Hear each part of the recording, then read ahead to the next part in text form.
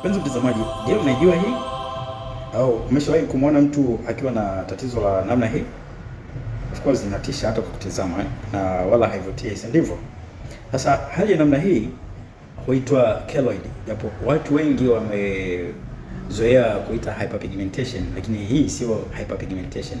Ni tatizo jingine kabisa, inaitwa keloid, na hata sababu zake ni tofauti kabisa na hyperpigmentation, lakini pia hata dawa zake ni tofauti kabisa na hyperpigmentation.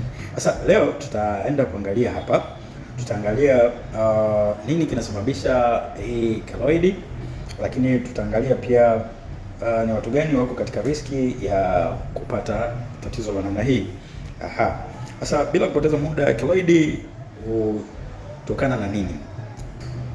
Keloid hutokana na kukua kusiko kwa kawaida kwa protini ambayo inaitwa collagen. Kwa kawaida hii ni protini ambayo huwa inajenga ngozi au hutumika kujijenga hasa pale seli zinapokuwa zimekufa labda, au seli zimezeeka, au muda mwingine baada ya kuumia ndio umepata majeraha fulani. Sasa ngozi au mwili wa binadamu na kawaida wa kujiponesha wenyewe, yani healing process. Sasa makosa ambayo yanaweza yakafanyika wakati ule wa healing process yanaweza kapelekea hii hali ya kupata hichi kitu kinaitwa keloid. Sasa hebu tuangalie ni nini hasa hutokea. Yaani mtu amepata jeraha alafu baada ya muda katika uponaji itokee hali ya namna hii ya kuvimba kusiko kwa kawaida. Sasa hii kama tulivyosema ni protini ambayo hutumika au hujizalisha kwa ajili ya kuheal jeraha au seli zilizokufa au zilizozeeka. Sasa ikitokea msisimko usio wa kawaida, inapelekea uzalishaji wa hii collagen katika kiwango ambacho ni kikubwa tofauti na mpangilio wa kawaida, na hali hii inasababisha kupata kovu lenye kuinuka kama hivi. Mara nyingi huwa ni kovu la kung'aa alafu lina overlap, yani kovu hili linakuwa ni kubwa kuliko hata jeraha lenyewe, inafunika kabisa ule usawa wa jeraha ulivyokuwa. Na tumesema ni msisimko usio wa kawaida. Msisimko huu unatokana na nini? Msisimko huu unatokana na mambo kadhaa kama vile infection, muda mwingine kupata maambukizi kwenye hilo jeraha wakati ule wa kupona, na hizi infections zinaweza zikawa zimetokana na kushikashika ile jeraha. Kwa maana huwa tunashauri sana ukiwa na kidonda au ukiwa na jeraha usipendelee kushika au kugusa. Hiyo ni kwa mikono au kwa nguo au kitambaa au kifaa chochote kile ambacho sio kisafi. Na usafi hapa ieleweke, yani tukizungumzia usafi kwenye jeraha, yani vifaa, tunazungumzia vifaa ambavyo ni free from microorganisms, yani kifaa ambacho tuna uhakika kwamba ni sterile, hakiko na vimelea kwa asilimia zote.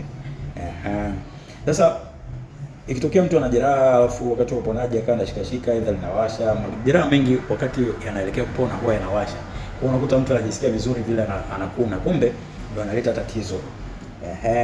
Lakini pia muda mwingine mtu anaweza akawa na funga na bandage ambazo sio sterile. Katika aina za bandage ambazo tunatumia kwenye kufunga majeraha, hasa majeraha makubwa, huwa tunatumia gozi bandage ambazo ni sterile na sio bandage hizi za kawaida.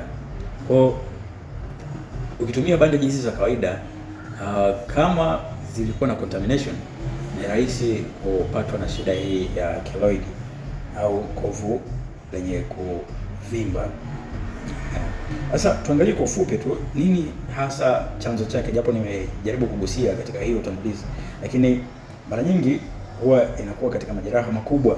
Inaweza ikawa jeraha la moto au jeraha la operation kama hivyo hapo unavyoona kwenye hiyo picha hapo. Hiyo ilikuwa ni operation, hii alifanywa operation, lakini katika process ya uponaji imemletea hii shida ya keloid. Lakini inaweza ikawa acne kali. Wale kuna watu wanapataga zile acne, kwa Kiswahili sio tuite ni chunusi, ni vipele vigumu usoni au katika mwili. Sasa hizi acne zikiwa ni kali sana katika uponaji unasababisha infection, na mwisho wa siku huyo mtu anapatwa na hii keloid. Lakini pia watu wenye historia ya kutoboa, sio anatoboa masikio, anatoboa sijui ya vipini vile vya pua au kitovu au maeneo mengine yoyote. Najua vile watu wanatoboa. Sasa majeraha haya ya kutoboa, mazingira mengine huwa katika sio usafi. Kwa hiyo unakuta mtu umetoboa sehemu ambayo ni kuna contamination. Kwa hiyo mwisho wa siku unapata na tatizo hili la keloid. Sasa tuangalie ni watu gani hasa ambao wako katika riski ya kupata hii shida.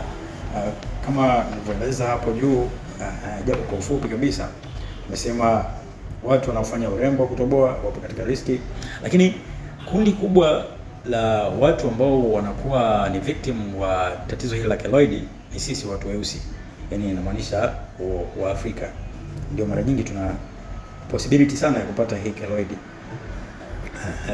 Na pengine hii sababu siko wazi kabisa, kutokana na uzingatiaji wetu ni hafifu kwenye majeraha na namna ya utumiaji wa dawa. Unakuta kuna watu wale huwa wanatumia dawa kwenye majeraha, unakuta dawa kama hizi ni capsules hizi kwa ajili ya kukausha majeraha, lakini mtu anafungua ili unga ndio apate kumiminia katika kidonda. Sasa matumizi haya huwa sio yaani sio sahihi, kwa hivyo yanapelekea hypersensitivity ya ngozi, na hii hypersensitivity ndio tunasema ni msisimko usio wa kawaida. Kwa hivyo inapelekea uzalishaji wa collagen nyingi kupita kiasi, na mwisho wa siku huyo mtu anapatwa na hii tatizo la keloid.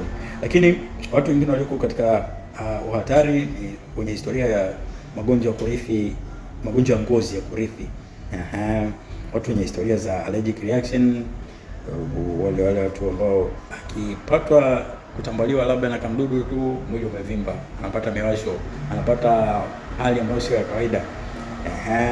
Lakini watu wenye hitilafu za kinga mwili, unakuta kuna mtu ana kinga mwili imara kupita kiasi. Sasa hii nayo inakuwa sio nzuri, kwa sababu kinga mwili ikiwa imara kupita kiasi, ina kawaida ya kila kitu kipi ambacho kinakuja kama adui. Kwa hivyo inapata kupambana nayo. Sasa katika process zile za kupambana nayo ndio inapelekea muda mwingine msisimko huu usio kawaida ambao unachochea uzalishaji wa collagen, na hatimaye mtu anapata hizi keloid. Lakini watu wengine ambao wapo katika riski ni watu wanaofanya urembo huo kutoboa kama nilivyosema. Lakini ashukuriwe Mungu kwamba unaweza kuchukua tahadhari, kwa hasa watu wanaofanya urembo kutoboa. Mara nyingi tumeona watu ana shida kama hii ya keloid katika masikio au eneo la pua. Hii ilitokana na kwamba hakuzingatia tu umakini wa usafi na wakati ule wa kutoboa, ndio imepelekea hali ya namna hiyo. Lakini ukizingatia hii hali haiwezi ikamtokea. Mpenzi mtazamaji, usisahau kusubscribe, kulike na kucomment katika video yetu. Lakini video inayofuata tutaongelea kwa kina sana juu ya dawa za kutibu keloid, juu ya dawa za kutibu tatizo hili. Kwa hivyo tutaangalia kama zipo dawa, je, ni dawa za namna gani, lakini zinatumikaje, na je, zinaondoa hii shida kwa 100% au zinakuwa zina manufaa gani kwa ujumla.